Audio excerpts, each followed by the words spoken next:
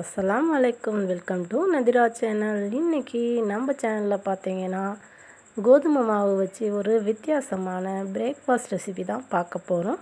So இந்த recipe எப்படி செய்யலாங்கிறத பார்க்கலாம். அதுக்கு முன்னாடி நம்ம சேனலை நீங்கள் இப்போ தான் ஃபஸ்ட் டைமாக வாட்ச் பண்ணுறீங்க, ப்ளீஸ் வீடியோவுக்கு கீழே இருக்க red colour subscribe button click பண்ணி நம்ம சேனலை சப்ஸ்கிரைப் பண்ணி வச்சுக்கோங்க. பக்கத்தில் பெல் ஐக்கானையும் கிளிக் பண்ணி ஆளுங்கிற ஆப்ஷனை கொடுத்து சேவ் பண்ணி வச்சுக்கோங்க. அப்போ தான் நான் போடுற எல்லா வீடியோஸும் உங்களுக்கு நோட்டிஃபிகேஷன் வரும். ஸோ இந்த ரெசிபி செய்கிறதுக்காக பார்த்திங்கன்னா நான் ஒரு கப்புக்கு கோதுமை மாவு எடுத்திருக்கேன். ஸோ மெஷரிங் கப்பில் பார்த்திங்கன்னா 250 ml அளவுக்கு கோதுமை மாவு எடுத்திருக்கேன். ஸோ அதை நல்லா சலித்து எடுத்துக்குவோம். ஸோ இந்த ரெசிபி வந்து பார்த்திங்கன்னா ரொம்பவே டேஸ்ட்டாக இருக்கும். இதுக்கு வந்து நமக்கு வந்து சைட் டிஷ் எதுவுமே தேவையில்லை, சும்மாவே சாப்பிட்லாம். குழந்தைங்க வந்து அதிகமாக சாப்பிட மாட்டாங்க. ஸோ அந்த மாதிரி உள்ள குழந்தைங்களுக்கு வித்தியாசமாக இந்த ரெசிபியை நீங்கள் காலையில் செஞ்சு கொடுத்தீங்க அப்படின்னா கண்டிப்பாக குழந்தைங்க சாப்பிடுவாங்க. ஸோ கோதுமை மாவு வந்து நல்லா ஜலிச்சு எடுத்தாச்சு. நான் ஒரு கப் அளவுக்கு சேர்த்துருக்கேன். அதோடு வந்து பார்த்திங்கன்னா ஒரு 2 ஸ்பூன் அளவுக்கு ரவை வந்து எதுக்கு சேர்த்துறோம் அப்படின்னா, கோதுமை மாவு அப்படின்னாலே தோசை சுடும்போது வளவளப்பாக இருக்கும், தோசை வந்து சரியாக வராது. ஸோ 2 ஸ்பூன் அளவுக்கு கொஞ்சமாக ரவை சேர்த்தோம் அப்படின்னா கொஞ்சம் கிறிஸ்பியாக இருக்கும். ஸோ அதுக்காக தான் ரவை வந்து சேர்த்துக்கிறோம். இதோடு வந்து பார்த்திங்கன்னா ஒரு மீடியம் சைஸில் 2 வெங்காயம் கட் பண்ணி வச்சுருந்தேன், அதையும் சேர்த்துக்கலாம். இதோட ஒரு கேரட் வந்து துருவி வச்சுருக்கேன். ஸோ அதையும் இதோட மிக்ஸ் பண்ணிக்கலாம். ஸோ கேரட் மட்டும் இல்லை, உங்களுக்கு வந்து இதோட வந்து பொட்டேட்டோ சேர்த்துக்கலாம், இல்லைன்னா பீட்ரூட்டு, வேறு ஏதாவது வெஜிடபிள் வேணும் அப்படின்னாலும் நீங்கள் இதோட சேர்த்துக்கலாம். குழந்தைங்களுக்கு வந்து காய்கறி இது மூலிமா நம்ம சாப்பாடு கொடுக்கலாம். ஸோ இதோட வந்து பார்த்திங்கன்னா கொஞ்சமாக மல்லித்தழை, கருவேப்பிலை, பச்சை மிளகாய், ஒரு அரை ஸ்பூன் அளவுக்கு ஜீரகம், ஸோ இந்த மாவுக்கு தேவையான அளவு உப்பு எல்லாமே சேர்த்துக்கலாம். ஸோ பச்சை மிளகாய் வேண்டாம் அப்படின்னா நீங்கள் அதை ஸ்கிப் பண்ணிக்கலாம். ஸோ காரம் சாப்பிட்ல அப்படின்னா நீங்கள் வந்து பச்சை மிளகாயை விட்டுட்டு இதை வந்து செய்யலாம். ஸோ இது எல்லாமே சேர்த்து நல்லா ஃபஸ்ட்டு கையில் மிக்ஸ் பண்ணிக்கலாம், தண்ணி கலக்காமல்.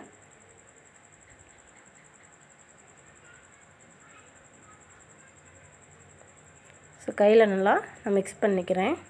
நல்லா மிக்ஸ் பண்ணிவிட்டு இது எல்லாமே உப்பு சேரட்டும். அதுக்கப்புறம் வந்து நம்ம தண்ணி சேர்த்து நம்ம வந்து கலந்து எடுத்துக்கலாம்.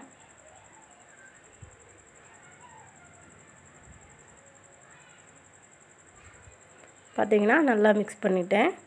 இப்போ வந்து தண்ணி சேர்த்து நம்ம வந்து தோசை ஊற்றுவோம் இல்லையா, ஸோ அந்த அளவுக்கு நம்ம வந்து மிக்ஸ் பண்ணி எடுத்துக்கலாம். நீங்கள் கையில் மிக்ஸ் பண்ணல அப்படின்னா ஒரு கரண்டி வச்சு நல்லா அதை மிக்ஸ் பண்ணிக்கோங்க. ஸோ தண்ணி எந்த அளவுக்கு வேணுமோ அந்தளவுக்கு சேர்த்துக்கோங்க. நான் வந்து பார்த்திங்கன்னா அதே கப்பில் வந்து ஒரு கப்புக்கு மேலே ஒரு 2 ஸ்பூன் அளவுக்கு தண்ணி வந்து சேர்த்துருக்கேன்.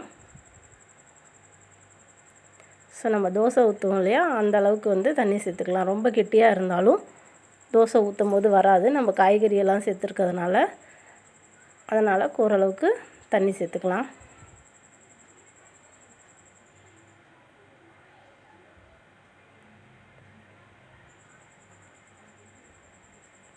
ஸோ இந்த அளவுக்கு தோசை மாவு பதத்துக்கு தண்ணி சேர்த்து வச்சுக்கோங்க.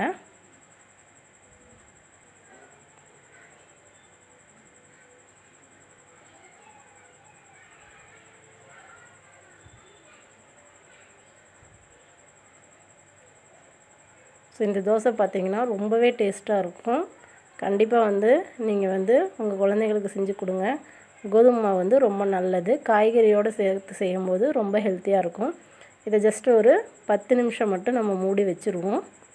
ஏன்னா அதில் காய்கறி எல்லாம் சேர்த்துருக்கிறதுனால ஒரு 10 நிமிஷம் வந்து அதை அப்படியே ஊறிச்சு அப்படின்னா தோசை ஊற்றும் போது நமக்கு இன்னுமே ஈஸியாக இருக்கும். ஸோ அதுக்காக தான் இப்போ வந்து தோசைக்கல் அடுப்பில் வச்சு நான் வந்து பார்த்திங்கன்னா தோசை ஊற்றி காட்டுறேன். ஸோ இது வந்து தோசைன்னு சொல்லலாம், நீங்கள் வந்து கோதுமை அடைன்னு சொல்லலாம். அடை மாதிரியும் இருக்கும். கொஞ்சம் நல்லா மெலிசாக வேணும் அப்படின்னா நீங்கள் தோசை மாதிரியும் ஊற்றிக்கலாம், அது உங்களோட விருப்பம்.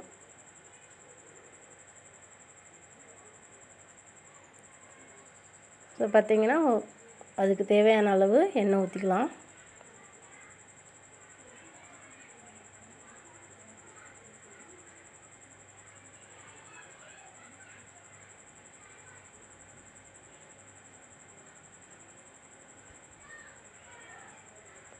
நல்லா ஒரு பக்கம் வேகட்டும்.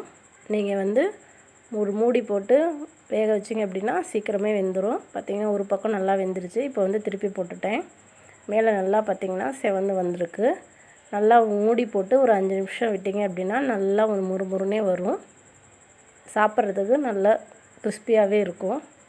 ஸோ சூப்பராக பார்த்திங்கன்னா நம்மளோட வெஜிடபிள் கோதுமை தோசை வந்து ரெடி ஆயிடுச்சு. இதை வந்து சட்னி எதுவுமே இல்லாமல் நம்ம சும்மாவே சாப்பிட்லாம். ரொம்பவே டேஸ்ட்டாக இருக்கும். ஸோ அடுத்த தோசையை நான் உங்களுக்கு ஊற்றி காட்டுறேன்.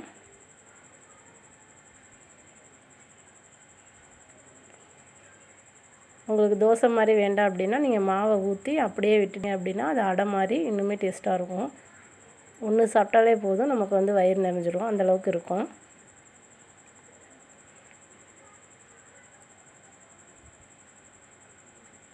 ஸோ இந்த ரெசிப்பியை நீங்களும் கண்டிப்பாக உங்கள் வீட்டில் ட்ரை பண்ணி பாருங்கள். ரொம்பவே டேஸ்ட்டாக இருக்கும். ட்ரை பண்ணி பார்த்துட்டு எப்படி இருக்குன்னு மறக்காமல் என்னோட கமெண்ட்டில் ஷேர் பண்ணிக்கோங்க. இந்த வீடியோ உங்களுக்கு பிடிச்சிருக்குன்னா ப்ளீஸ் வீடியோவுக்கு ஒரு லைக் பண்ணிவிட்டு நம்ம சேனலை சப்ஸ்கிரைப் பண்ணி வச்சுக்கோங்க. அப்போ தான் நான் போடுற எல்லா வீடியோஸும் உங்களுக்கு நோட்டிஃபிகேஷனாக வரும். மறக்காமல் நம்ம சேனலை தொடர்ந்து வாட்ச் பண்ணுங்கள். நம்ம சேனலுக்கு உங்களோட சப்போர்ட் எப்போதுமே வேணும். தேங்க்ஸ் ஃபார் வாட்சிங். மறுபடியும் ஒரு நல்ல ரெசிபியோடு நான் உங்களை மீட் பண்ணுறேன். அது வரைக்கும் நன்றி, வணக்கம்.